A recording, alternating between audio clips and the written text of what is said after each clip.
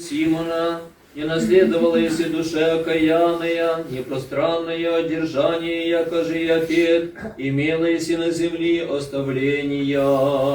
Помилуй меня, Боже, помилуй меня. На земли Харан, изыди от греха душе моя, гряди в землю точащую, присно животные, нетление еже Авраам.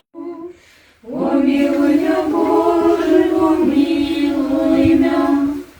Видите, яка есть Бог, внушая душе моя Господа вопиющей, удалися прежнего греха и бойся, яко неумытного, и яко судьи и Бога.